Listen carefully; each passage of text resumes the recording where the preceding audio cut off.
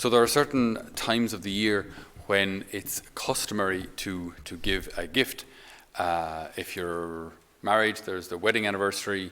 Your wife's birthday is probably important as well. Christmas, those kind of things, these kind of events are good to mark. I know one of my brothers in my community, his dad, on the 30th anniversary of his parents' wedding, his parents' marriage, the dad decided to be very practical and to give something that the wife had always wanted. The wife had always been complaining that there was this one household item that just never worked when she wanted it to. And so for the 30th anniversary, he bought her a really good Hoover. And for some reason, the gift didn't go down well. They explained it to me, but I didn't understand why it didn't go down well. I think it's a perfect solution. She complains of a problem, he fixes the problem, and she's not happy with it. I don't know. It's complicated. But anyway, point being, there are, like Christmas, birthdays, there are times when it's customary to give gifts. When it's customary to you have an opportunity to show you care. And it's good. These are good things. There are certain occasions when, as I say, people are kind of reminded, as such, show that you care about this person. Show that you're willing to give them time, or a gift, or a card, or a phone call, or a text, or whatever it may be, some sort of a gift. And that it's good. It's good that we have this opportunity to show our love for each other, and to show how, in tune we are with each other's needs. That we'll buy each other Hoovers when we need them. So, the Lord here in this gospel is. This is taken from John chapter 21. So 21, it's near the end of John's Gospel. Up till now we've been reading from John 14 to 17. So John 14 to 17 is the farewell discourse. So it happens at the Last Supper before the Lord's Passion. So that they may be one as you and I are one, as I'm in you and you are in me, may they be one in us, sort of thing. All of this conversation has taken place. So we've skipped a couple of chapters now, because obviously we just read them a couple of weeks ago during Easter, the Passion, Death, and Resurrection of Jesus, and now we're on to John 21. So the Passion has already happened, and what's particular, I suppose, to this Gospel is Peter's denial of Jesus has already taken place. So Peter fell short of the mark, and one day, along with Nathanael and James and John, he says, look, I'm going fishing. So they go fishing. They go back to what they know how to do. Jesus has risen, but they don't know what their purpose is yet. So they go fishing. And there's this miraculous haul of fish. There's a man on the shore, and he calls out, did you catch anything? And they say, no, nothing. More or less. And in Greek or Hebrew, Aramaic, they would have spoken. So Jesus says, this figure on the shore says, cast out your nets to starboard, which they do, and haul in a great net load of fish, so much so the boat is almost sinking. Peter then listens to John, who says to him, it is the Lord. Peter jumps out of the boat. They're only about 100 meters from shore, and Jesus says those legendary words, come and have breakfast. So Jesus, who prepares breakfast for them. Keep in mind what has just happened, a couple of days beforehand. There was just all the horrific scenes of his arrest and that mock trial, and the rage of the Pharisees and the Jews, and horrific. Then the crucifixion itself, and then looking back on it, going, where was I when Jesus needed me? And there I thought, Lord, I even said it to him, Lord, all may leave you, but I will never leave you. So Peter knew that he had failed him. And what happens? They're sitting beside this charcoal fire that Jesus has prepared. They bring over some of the fish that they've caught. Jesus prepares breakfast for them, and then has this conversation with them. So you've just let Jesus down. And what does he do? Cooks breakfast for you and gives you an opportunity to love him back. He gives you this gift, this opportunity to say, Lord, I love you. 3 times, one for each time that he denied him. It's a, like, if this doesn't reveal the Lord's heart, I don't know what does. When people think of God as condemning, or as kind of like a lawyer trying to find some way of condemning us, trying to find some way in which maybe it can be construed that you broke the law. That isn't the Jesus of the gospel. The Jesus of the gospel is trying to find any way he can at all to save you. So he's giving Peter an opportunity to make good his mistakes. Simon, son of John, do you love me more than these others do? He said, yes, Lord, you know I love you. Feed my lambs.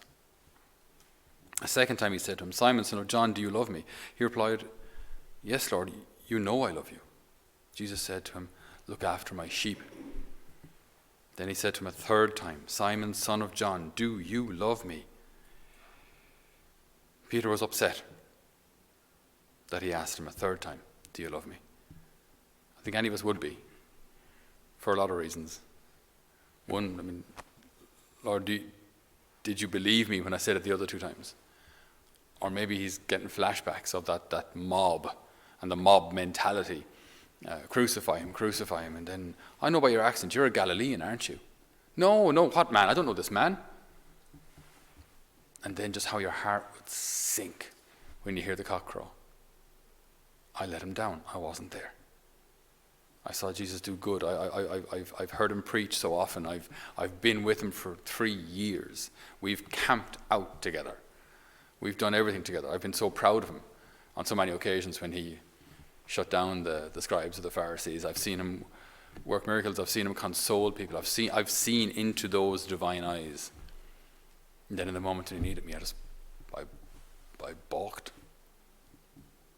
So you can imagine all this coming back to him, and he's upset. He said, Lord, you know I love you. Feed my sheep. Now, the last thing I want to underline here. So, with these words, he indicated the kind of death by which Peter would give glory to God. So someone else putting your belt around you, being led to where you'd rather not go.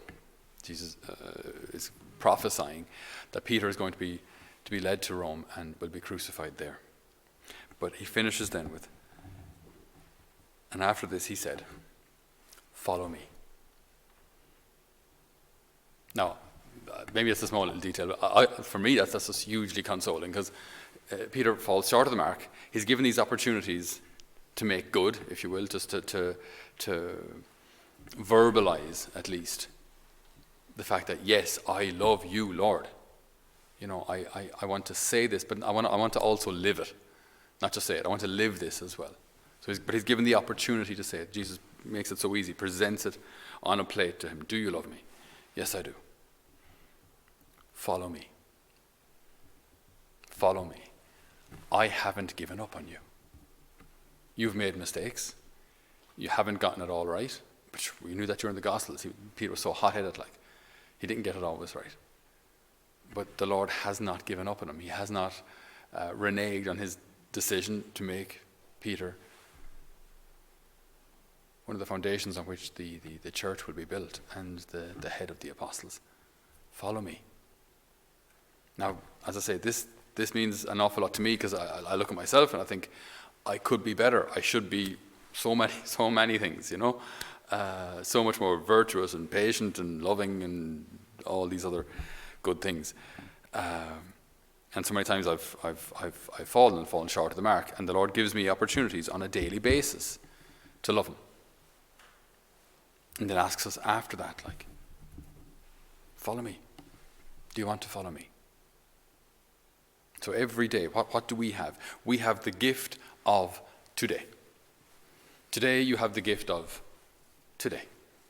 That's all you got. Tomorrow's gone. Tomorrow hasn't happened yet. Yesterday's gone. All you have is today. So what have you done with today? What are you going to do with the rest of today? Do we choose the Lord? Do we choose prayer? Do we choose what's comfortable? Do we choose what's easy? Do I choose service? Do I choose myself? Do I choose to hold on to hurt? Do I choose to replay a person's words that might have hurt me, or maybe they didn't mean it that way, but I hold on to it and I harbor it and I mix it in with the salad of all their previous failures, come up with a nice little bowl of muck? Or do I choose to forgive and love and serve? All I have is today. We have the gift that God gives us is the gift of today. And implicitly, through many different scenarios, the Lord asks, do you love me? He doesn't do it in a miraculous form that he will appear to us. But when you see your brother or sister in need, when you see someone struggling, even when you have free time and you can choose what to do with it, where does the Lord feature in any of this? If in our free time it's straight to the pool table, well, once in a day, okay. On every occasion, nah. We can do better than that. If on every occasion when we have free time, it's that's my comfort time. That's my warm blanket time. And just kind of sit there and do not. Again, a little of this is okay. It's all about balance. But if all of my free time is me time, where does the Lord feature? When I have free time, so when I can choose what I do at this hour. If it's always me that I choose, well then, maybe my faith isn't actually as profound as I thought it was. Maybe my prayer life isn't at all what I thought it was, or what it should be. The gift you have is the gift of today. And it's your choice what you do with it. No rules or no institution or no superior can force you to do what the Lord is asking you to do today. Structures are there to help. But what happens within that structure depends on you. And I remember hearing in the seminary, the primary responsible for our formation as seminarians is the seminarian themselves. Because no one can dictate to me what goes on in here or what goes on in here. Externally, they can say, sit there, sit here, just lift that, put there. Grand, I can do all of that. But in here, what matters, no one can dictate to me what I think or what I choose or who I love or how. So the gift we have today is today. What time is it now? 10 o'clock, 9 o'clock, half 9. So you have 12 hours. You have 12 hours. Some of that's timetabled, so you don't have a choice what you'll do for, of those 12 hours, maybe 6, 7 hours of it are timetabled, and the rest of it's yours. And even the timetable stuff, the attitude with which we do it, that's still our choice. The love with which we do it is still our choice. The joy with which we do things is still our choice. So certain things are timetabled, so where you will be is decided. But the next 12 hours, everything about them, the amount of love you put into it, that's 100% you. Me. 100%. No one can dictate that to you. So this is the gift. It's the gift that you and I have. And I think it's helpful for us to think, Lord, I haven't always gotten this right. And maybe I messed up yesterday. Maybe I've messed up a chunk of my life, years. But today I have the gift of today. So what do I do with it? Do I choose to love? Do I choose to serve? Do I choose to be a saint? Or do I choose me? And no one can answer that but you. The Lord gives us the opportunity and then says, follow me.